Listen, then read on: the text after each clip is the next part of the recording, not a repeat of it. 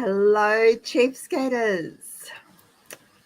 I'm Kath Armstrong, creator of the Cheapskates Club, where our goal is to live life debt-free, cashed up and laughing. If this is your first visit to our channel, welcome. We are really glad you could join us. If it's not, welcome back. I missed you last week. I missed me last week. I'm really looking forward to tonight's show. I can't wait to hear what you all have to say about it. But before we get started, there's a little bit of housekeeping to do, isn't there always? If you are not subscribed to our channel, you need to be. You really need to be right now. So if you are not subscribed, click that subscribe button. Do it now and then click the bell. Then you'll just be notified when we go live or upload videos. Why? Because I still have, if you get seasick, close your eyes for a moment. I still have this wonderful, I can't believe that it weighs a ton, dehydrator sitting here waiting to go to a new home. Now, I'm going to switch you back around again, so don't get seasick on me. That dehydrator is exactly the same as the one I use. And this is peak dehydrating season in Australia. I've done, in the last couple of weeks, I've done spring onions, I've done onions, I've done lemon, I've done oranges. I've put through tomatoes. Today, while I had some more orange and lemon slices going, there are a couple of empty slots, so I shoved in some stale bread to make breadcrumbs. Last week, I did mince. I got a really good deal on mince, and I put mince through, 3 kilos of mince through, and dehydrated that for the pantry. So all you have to do is subscribe to our channel.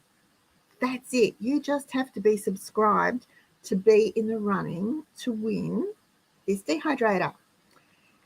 And as soon as we hit 5,000 subscribers, it's out of here, because I will send you all a message and say, quick, I'm doing a spontaneous drawing.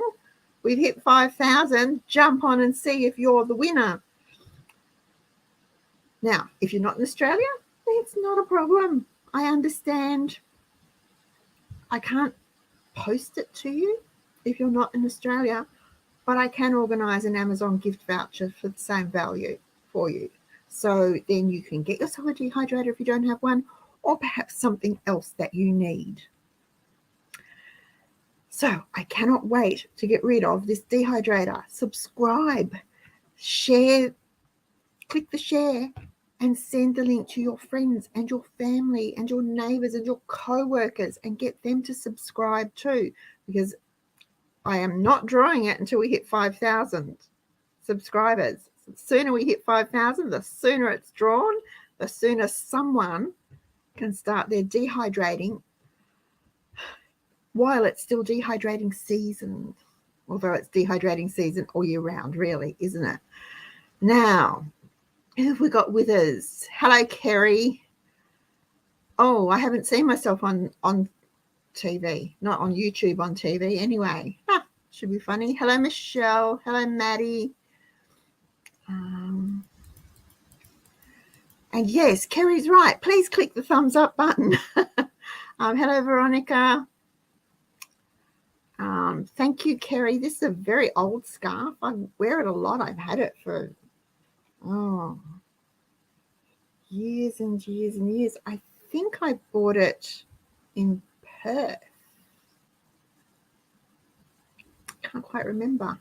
So I was somewhere doing workshops and I found it and I liked it. So hello, Julie. Hello, Lucinda, Joe, Amy, Karen. Mixed veggies in the dehydrator. I tried to get some this afternoon or late this morning, and our Aldi didn't have hard cheese, had very little in the way of fresh fruit and vegetables, had no meat, and it was a disaster. So, hello, Zoran, and welcome.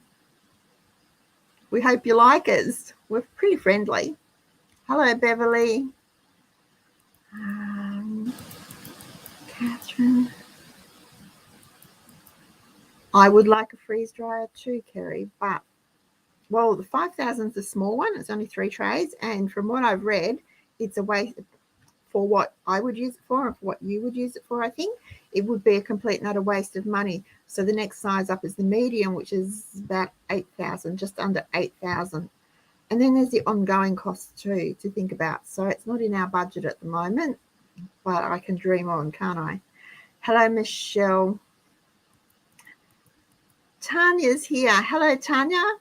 It was really nice to read your blog this week. I thoroughly enjoyed it. Jaka,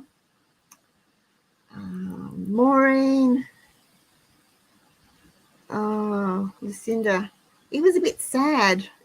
Well, it was a bit sad, but never mind. It's a bit hit and miss. I've noticed that Coles have been advertising and saying, you know, we know that there's shortages and slow filling of the shelves and whatever, so please be patient. We're doing our best. I think we all know that everybody is doing their best. It's too many things working against us at the moment. Hello, Trish. Aradia, hope I say it right. All right, now, the other thing I want to say, which you're all friendly, so it's going to be a bit pointless, but perhaps someone will watch this later. But if you don't like what I say, move on. If you don't like some of the comments in the live chat, move on. Ignore them or move on. Please don't be rude. Please don't be abusive.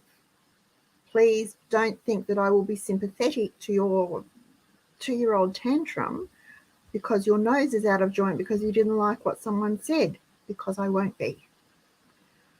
We're all a pretty easygoing bunch here. We've got regulars and we've got new people joining us, our community, all the time.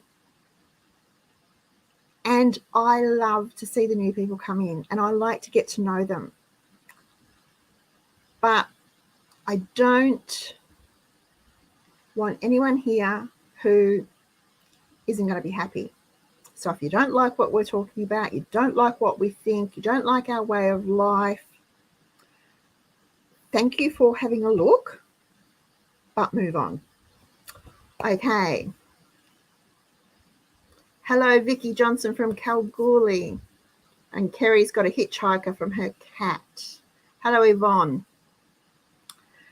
Okay. So what else? Kerry mentioned thumbs up. Please do give us a thumbs up. It really does help us.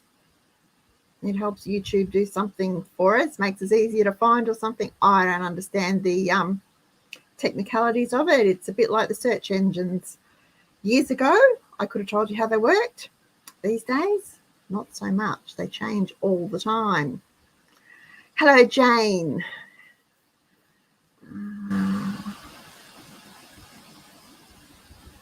All the frozen salmon was gone, Maddie. Oh, we don't eat salmon. My kids and my husband don't like salmon, so I'm it.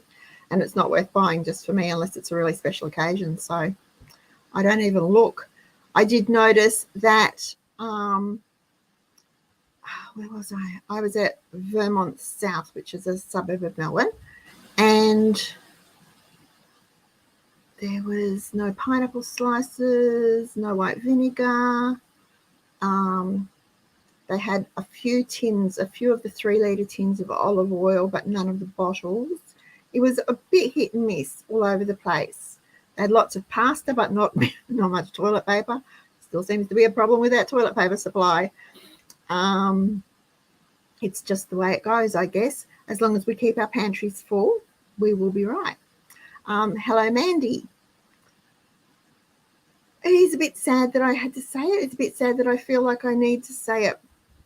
But I would rather everyone that be here because they want to be here and because they enjoy it, not to be rude and nasty and pick arguments. Aldi in Queensland, the stores are bare. Okay, we might have to do I've been putting it off. I actually have a which supermarket is cheapest show to do, but I'm struggling to do it because every time I go, the things on the list aren't available. And I just want to double check the prices. It's very frustrating. Never mind. I guess we should get on with tonight's show.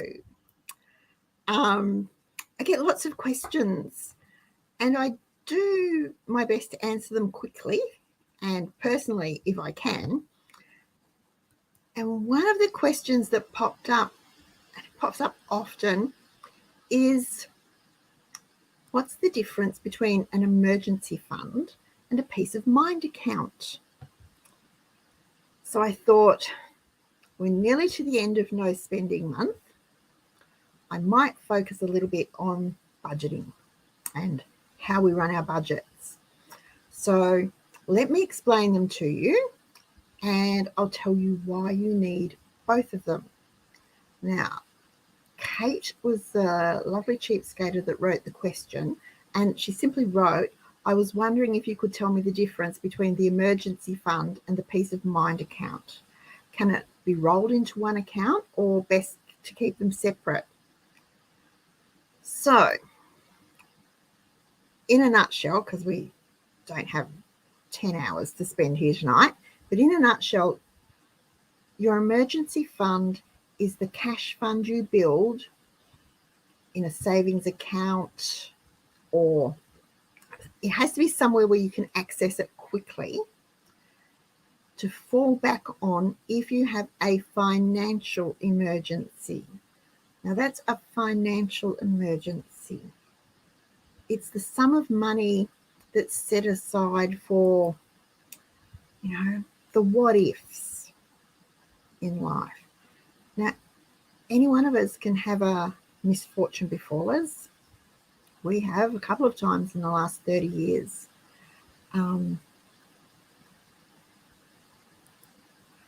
It could be something like a natural disaster can put you in a financial bind, an accident, a job loss, a death, divorce, unexpected children. Other situations can set us back and set us back quite quickly. So unless you're independently wealthy, your finances are going to take a hit if something like that happens.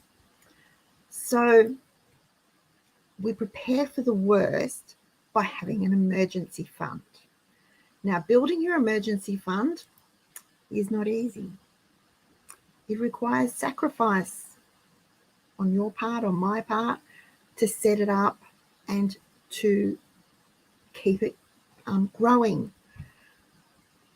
Because really, not even really wealthy people have no one, not even the really wealthy people. I certainly don't. I'm pretty sure none of you do. Just there's money that's lying around doing nothing, and we can go, I just think I'll just put it in a savings account so that we can create an emergency fund, just in case we need one. It's not that easy because I'm just about to scratch my eye. I think I've got an eyelash in it or something. Goodness me. Sorry, guys. So we need to build our emergency fund, but we need to create the opportunities so that we can build it. Because what are we building it with? We're building it with cash.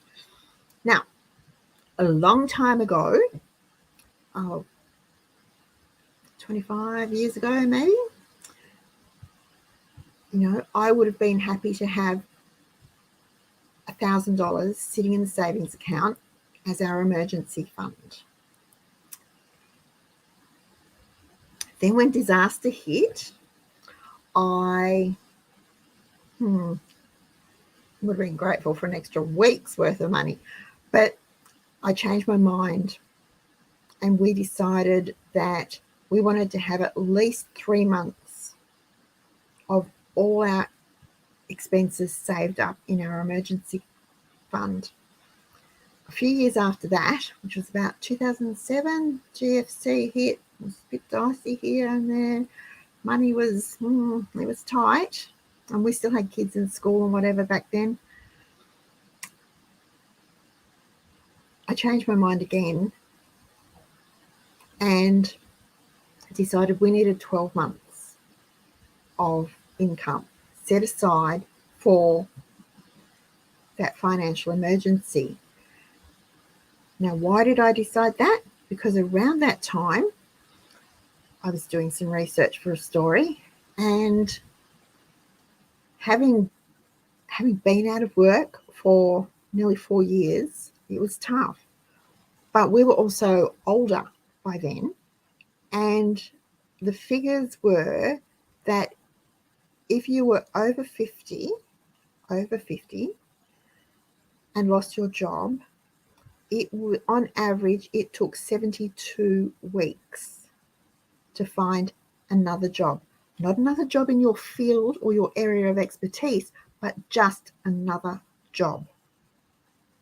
72 weeks. That's nearly a year and a half. That's a long time to not have an income. So, okay, we need to really concentrate and get 12 months of all our living expenses. Now, thankfully, we have a rather detailed budget. I'm very detailed in my budget, so I knew exactly how much we needed for each thing. And then I had to figure out how we could save it up. I will say, though, that we did it. It took a long time, but we did it. Now, if you're in a situation where your spouse, your partner works, then both incomes are included in that emergency fund. So if income A is $50,000 and income B is $46,000, your emergency fund will be $96,000, roughly. Now, for some of us, or most of us, that is a really large dollar amount. So if you are just starting out, start with something easier. Go back to my very first emergency fund and aim for $1,000. Aim to save $1,000 in a separate account. This is not your household account. It's not your bill account. It's not your holiday fund or whatever. This is your emergency fund. You can call it your emergency fund, whatever, but it is a separate account. Once you've got your $1,000 saved up, aim for $5,000. Now, I can remember not long after we were married, my mother-in-law telling me, when they were saving, they had steps to save up to be able to buy the house and whatever. And they decided to save $1,000. She thought they were never going to reach that $1,000. And I remember being a bit the same, because we didn't have huge lump sums to be able to throw into that savings account. It would have been $2 here, $5 there, $12.73 the next time. They were small amounts. It felt like it took forever to hit that $1,000. Then, when we moved it up to $5,000, I thought, it's going to take forever too. But we were in the habit of saving. We were in the habit of making sure we put all that we could into that account. And so it reached $5,000 pretty quickly. You might find the same thing happens to you. And once you've got that $5,000 saved, keep saving and keep adding to your emergency fund until it reaches your goal of 3 or 6 or 12 months or more, if you want it to be, of your income. Now, I do gross income just because it's easier for me to figure out, but you can do it on your net income. because that's what you have to spend. So you can do it on your net income if that's what you want to do. I like having the buffer that saving up our gross income has given us because it's a little bit extra, gives us a bit of extra time. Anyway, now it really can take a while to save up that much money. It took us years and years and years. Because like I said, we had house, we had kids in school, we had all the normal living expenses that come with those things. We had music lessons and sports fees, and we had art lessons for a while, and then we had all those other things, and youth club and all those sorts of things too, plus everything else that goes with being a family and living in Australia in 2020, in 2000s, whatever it was. It takes time and it takes effort. I think if you set smaller goals so that the large one doesn't seem so unreachable, it's much easier to tackle. You know, what's that saying? How do you eat an elephant? One bite at a time. How do you build an emergency fund? $1 at a time. Okay. Now, it helps if you've got your budget fine-tuned and you can include savings into your emergency fund from your regular weekly, fortnightly, monthly pay. If you can do that, have it direct deposited straight into that account. You won't miss it, you don't see it, and it will help it grow even faster. Now, I have to stress this account is for financial emergencies, true financial emergencies, not an overspending emergency or an I see it, I want it emergency.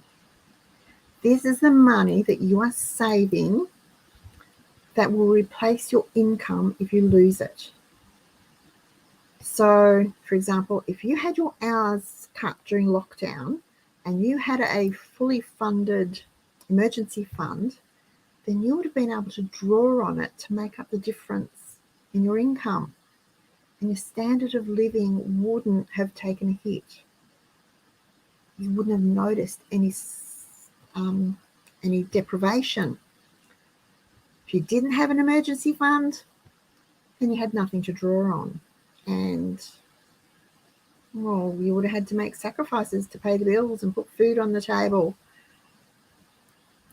Although, dare I say, if you were smart enough to keep the pantry full and have a stockpile, food at least might not have been a problem. That's your emergency fund in a nutshell, or a nice safe savings account. Now, let me just see.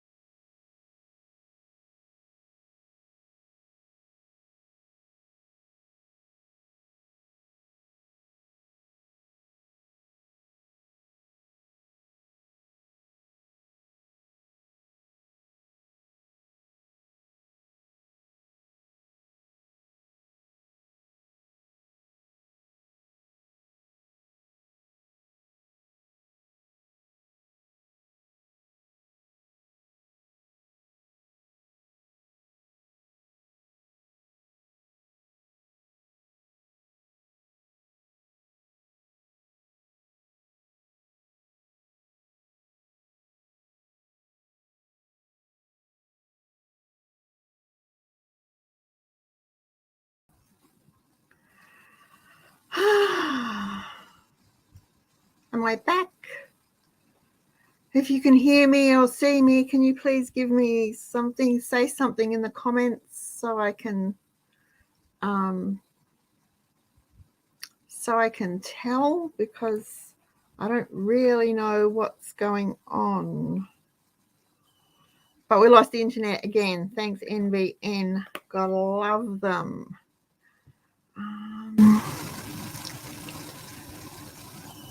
Are we still going? Thank you. Well, that was a bit interesting. I have no idea what happened. I was having a lovely time chatting away to myself. So I think I ended on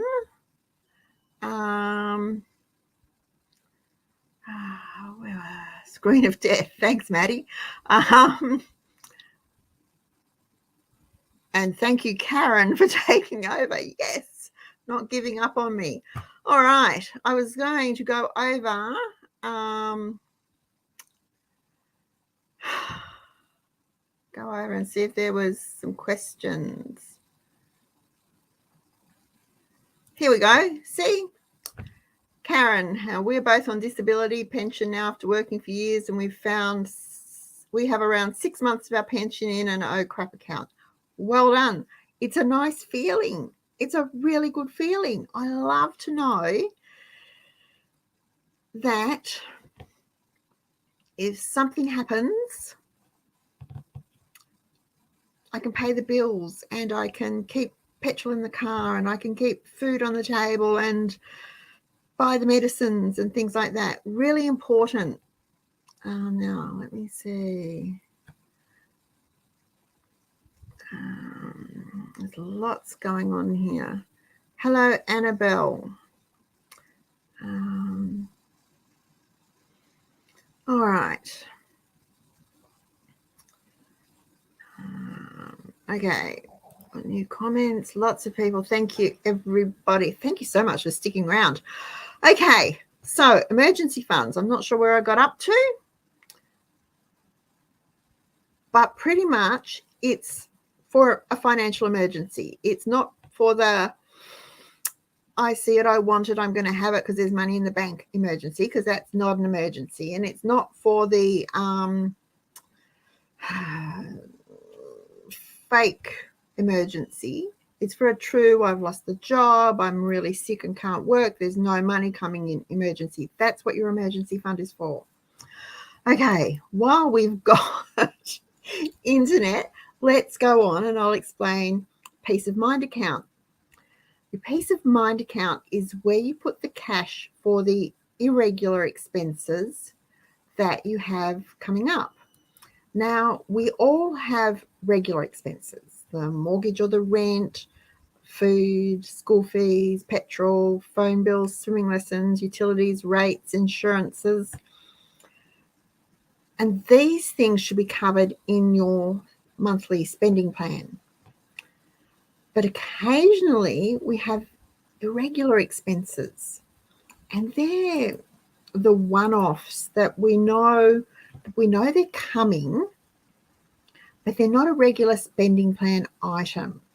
Now, I use and always have used braces to make Junior's smile even brighter.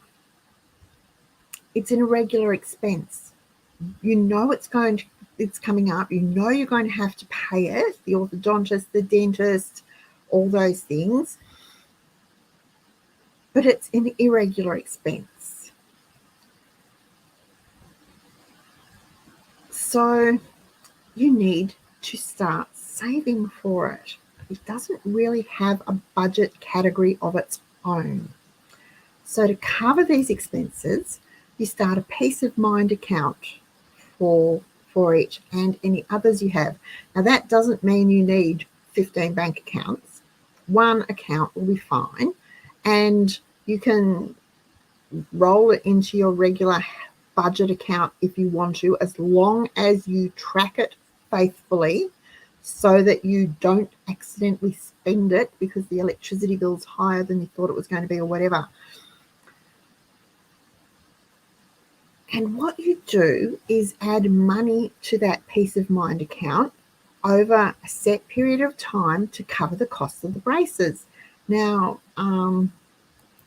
when I did these notes, from what I could find, braces are expensive. They've always been expensive, but by golly, anything from $6,000 to $10,000, possibly more, depending on whether you go the traditional, train tracks, or you get the new whiz bang fancy ones that are almost invisible, or whatever. And health insurance doesn't cover a lot of it if you have health insurance for dental. So there's a lot of out of pocket expense that you need to cover. Now, how do you know how much to save for this irregular expense? Get a quote. Get lots of quotes. Work out how long before you need to pay the bill, and divide the amount by the number of pays that you have until it's due. That's the amount you'll have to save into your peace of mind account each payday. Pretty simple, really. But if you do that, you'll have the cost covered. So by planning ahead and creating peace of mind account, you've got the cash to pay for the braces or whatever when they're needed. Now, I will say that having been down that road, having cash was actually really powerful, because we were able to actually negotiate with the orthodontist for a better price, and we actually saved a lot of money doing that because we were paying in cash. We weren't paying it off. I know some will allow you to pay it off. They do payment schemes, sort of like lay-by for braces. But we had cash because we'd saved up. So we were actually able to negotiate a really good deal. So cash is still king, regardless of what the advertising tells you, and regardless of what the last 2 years have been shoved down your throat. Cash is still king. Now, without the cash and without peace of mind account or our emergency fund, when a disaster strikes and we need an income, or little Joey gets hit in the mouth by a cricket ball and needs those braces earlier, if you don't have those that money saved up, chances are you're going to have to resort to putting in the costs on the credit card, and then you're back on the very expensive debt cycle. And nobody wants to do that, because that's what you've worked so hard to get off.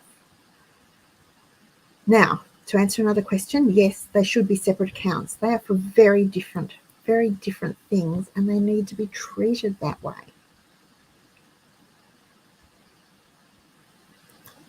Someone will say, oh, I'm just going to put it all in one account, and that's fine. If you just want one bank account and you lump it all in together, that is fine. You can do that, but you must be meticulous in your bookkeeping.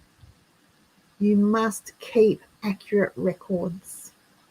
You must, when you make a deposit, when you make a withdrawal, you need to keep those records, and you need to note the balance all the time for that particular category of that savings account. Otherwise, it's just going to be one ginormous fund of money that will very easily bring you undone. And I know that doing it in separate accounts seems so old-fashioned, but you know what? It works. If it's not broken, don't fix it. It works.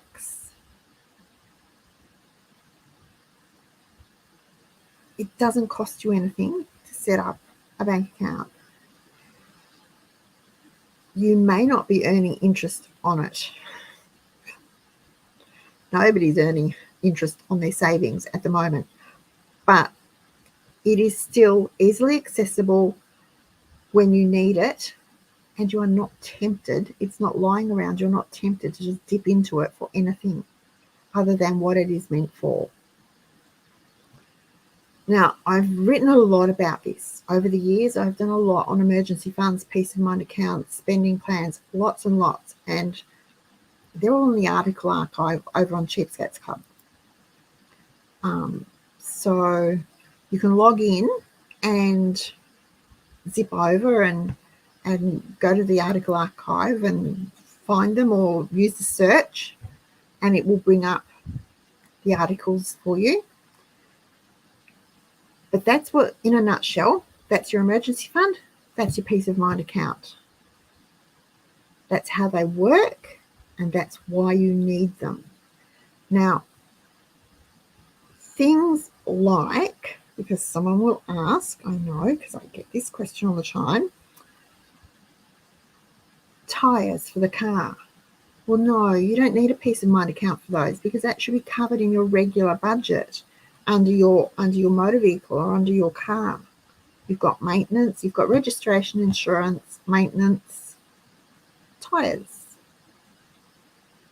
minor repairs, whatever the category is under that budget category, the subcategory under the budget category, tyres should come under there, because you know that you're going to have to replace the tyres. They shouldn't be an emergency thing. If you've got a car, you know you've got to put petrol in it. You know you have to register it. You know you have to insure it. You know that you have to maintain it. You know that it will need a new battery every 2.5 to 3 years. You know that you will need tyres every 2 to 3 years, depending on how much travelling you do. And that's pretty much across the board these days, because even if you don't drive a lot, your tyres won't last. They will perish. The rubber just ain't what it used to be, folks. So that should all be in your regular budget. That is not a peace of mind account category, nor are things like replacing the refrigerator or the washing machine. They come under household maintenance. There should be a white goods category under household maintenance, where you put away a certain amount each pay, so that when you do need to replace the washing machine or the dishwasher or the vacuum cleaner or whatever it is, the money is there, because they are part of your regular budget. Okay, now let's try this again. Hopefully I'm still here. Yes.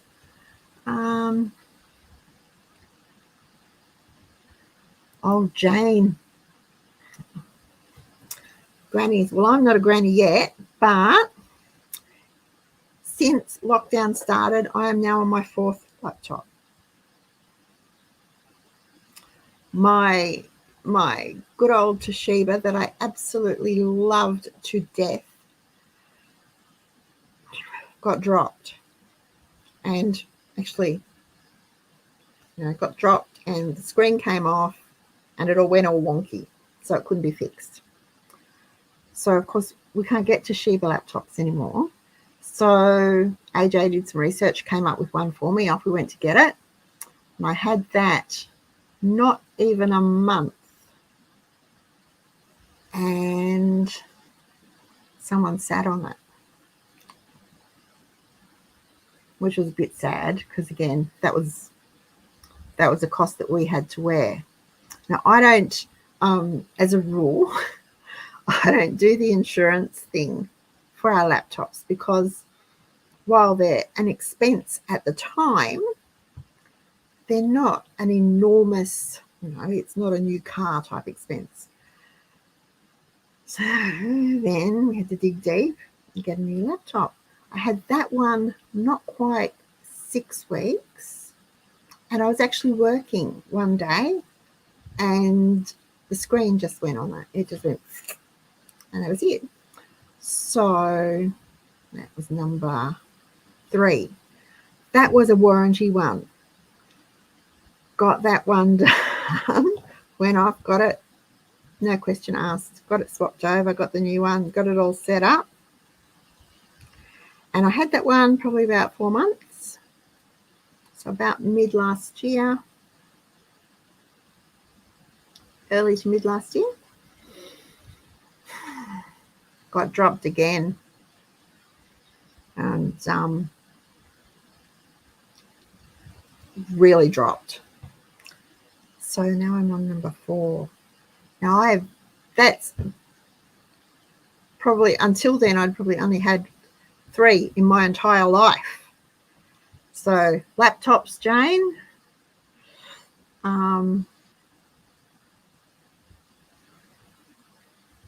Me and laptops don't work so well. All right, now.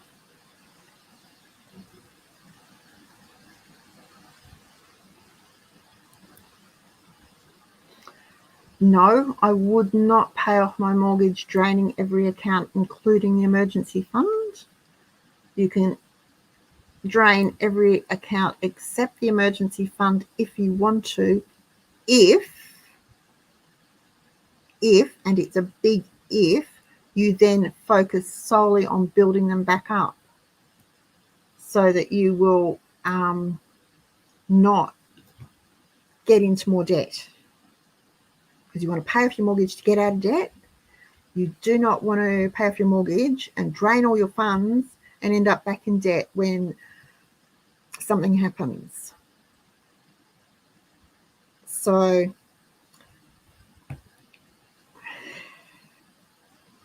interest rates at the moment are low.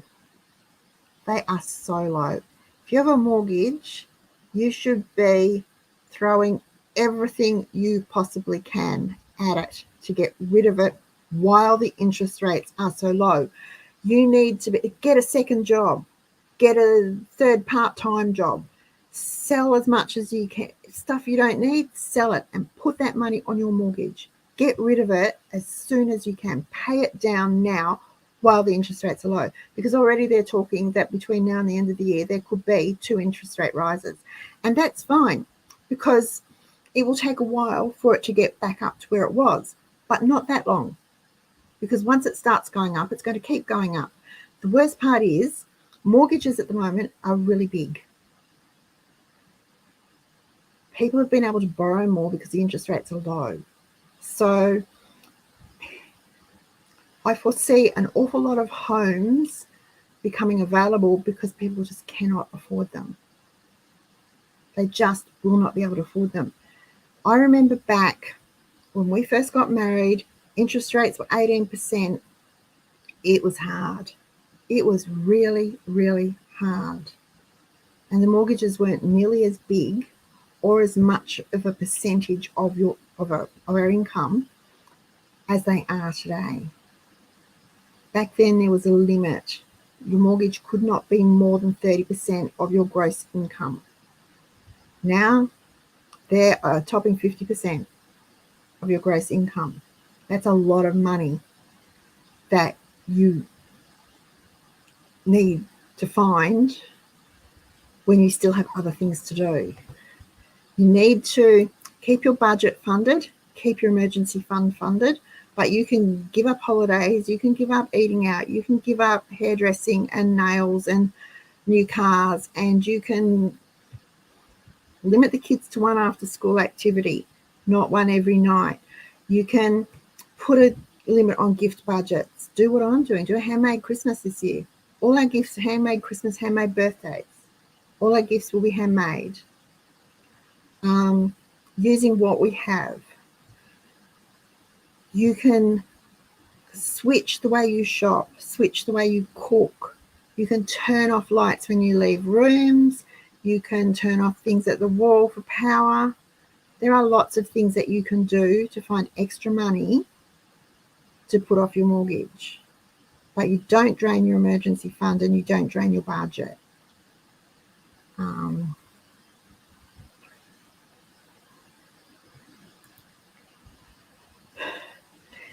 If you get, Amy, okay, so optical, you get new glasses every 2 years, then that's not an irregular expense. That's a regular expense and it would be covered. You would have that under your health category in your spending plan.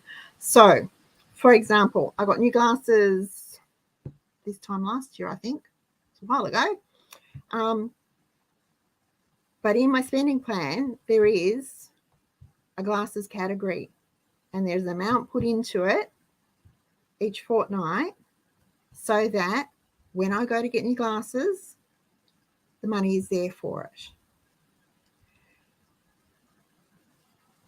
Does that make sense? Because that's regular. You do that all the time. Braces are a one-off. You're not going to do those every 5 years or every year, every 2 years, whatever, like you do with new glasses. It's the same as having a dental category under your health, because you know you go to the dentist every 6 months, so you know how much your checkup and clean will cost. You save it up.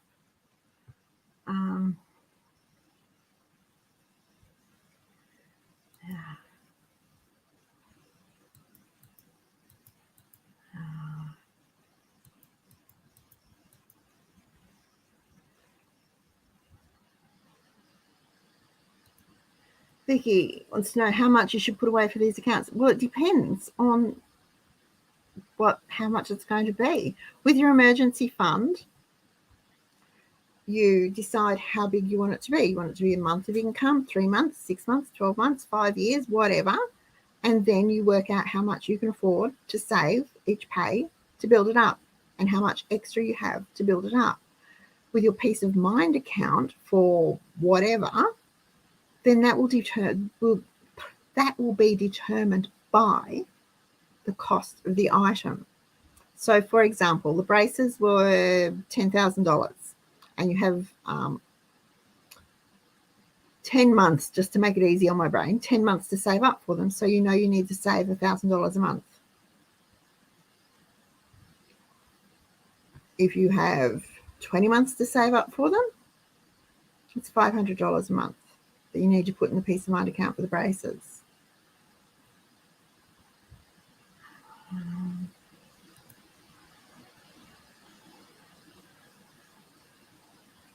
Questions on the screen look a bit blurry. No, they might be a bit blurry. The internet might be lagging a bit.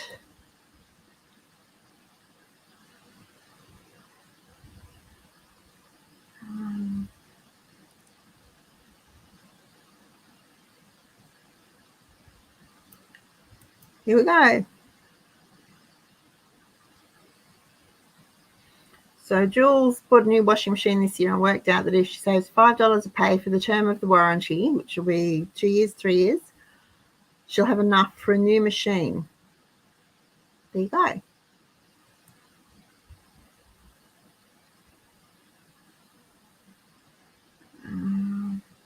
That's how you do it.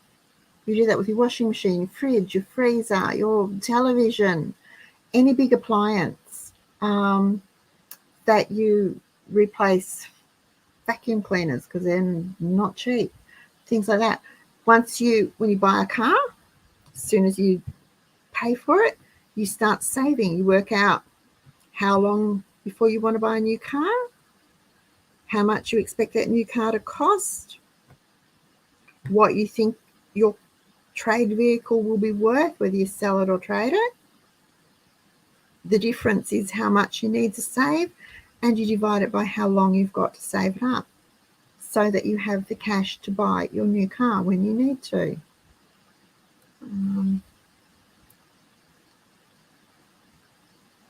Amy, keeping them separate, so much easier and far less confusing.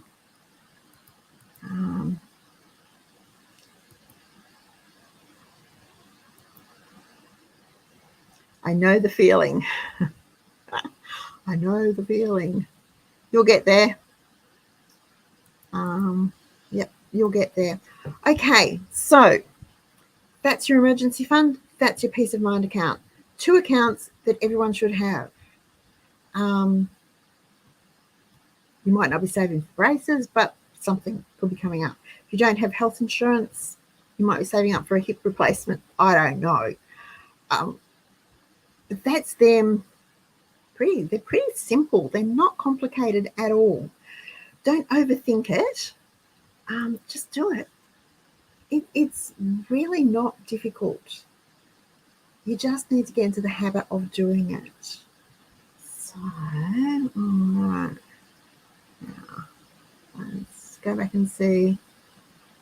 I'm sure I saw something before and now it's gone.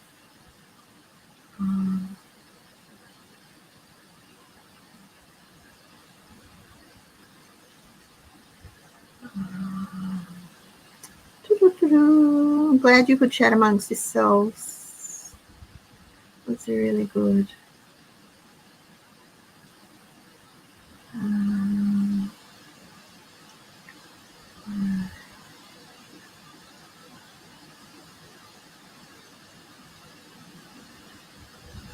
Alright, sorry guys. The socks turn into white open.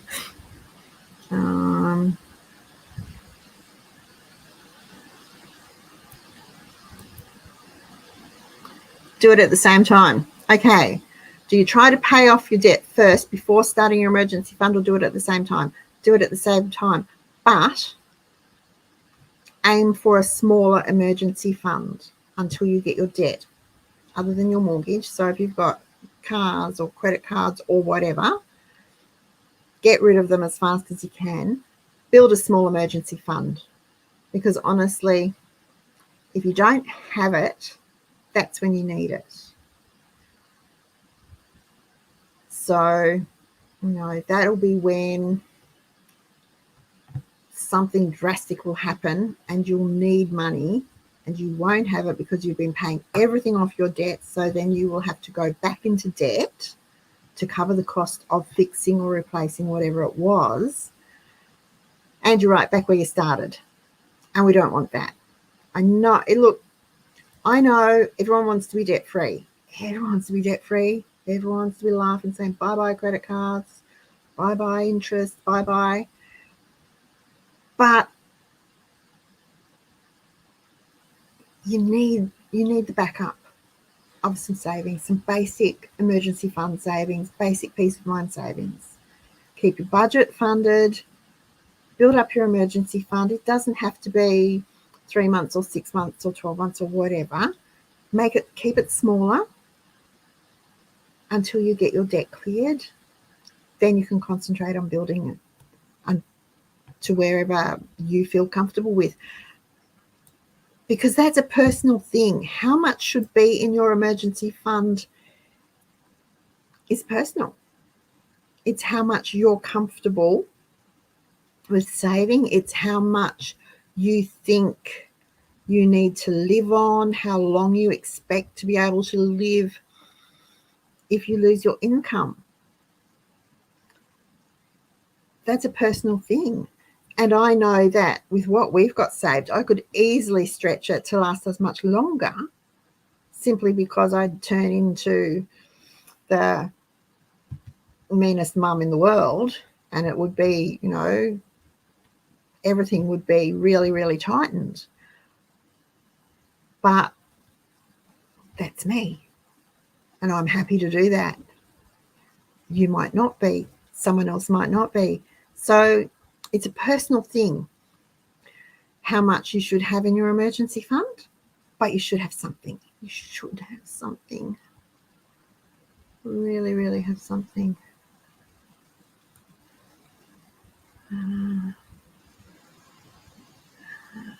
System.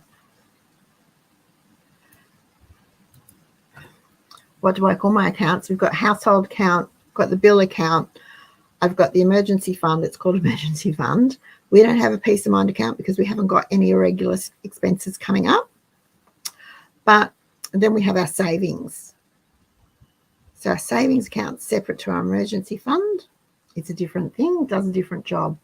Now within those, in our budget, there are subcategories, obviously. So within the bill account, that's where the money for the electricity, the gas, the water, the rates, the insurances, the car registration, that sort of thing goes into the bill account. It gets automatically filtered off each pay so that when the bill comes in, I can check it. If it all matches up, it just gets paid and I don't have to worry about it.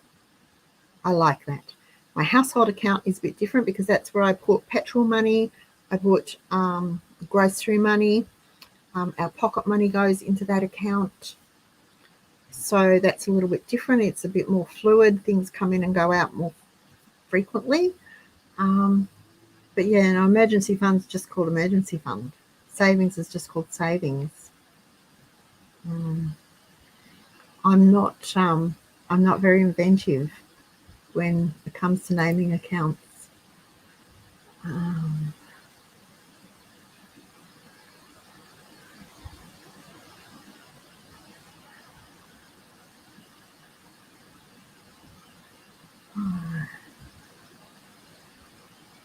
Silence and dark screen. Sorry, guys. I'm really sorry about that. Alrighty. No, it wasn't a blackout, but, anything could happen, couldn't it? Okay, so there you go. If you like the show, thumbs up, please.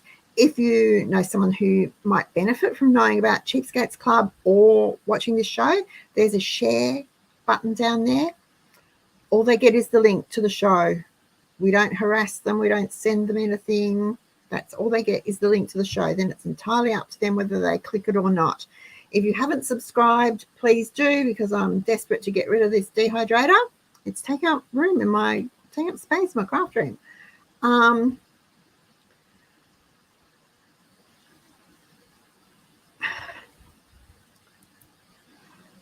No.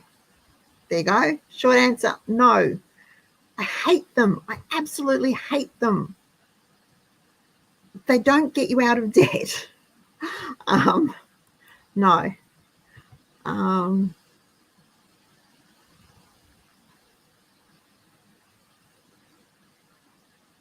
Yeah. Okay. So, sorry, Tegan, but no. I loathe offset accounts for a gazillion reasons. Bad experience is one. I didn't mean to sound so fierce, but no, I do not like them at all. But then, in case you hadn't noticed, I'm not quite your normal budgeter. I do things a little differently to the rest of the world. But it works. It works. My way works. Okay, so thank you again. Thank you for joining me. Thank you for bearing with me while we tried to figure out where the internet went. I'm so glad that we were able to come back and get finished. I will be back next week. It's with wind up to no spending month and 1st of March. We all know what March is. March is Moo Month. I have been going like crazy. I have got some really good new moves for you to try out. So I'm excited about that. I was excited to find them. I was excited to try them. Now I can't wait to share them with you. So I'm really looking forward to Moo Month too. Have a great week, everybody. Remember, in this chaos that is our world, just keep calm and keep cheapskating. I'll see you next week.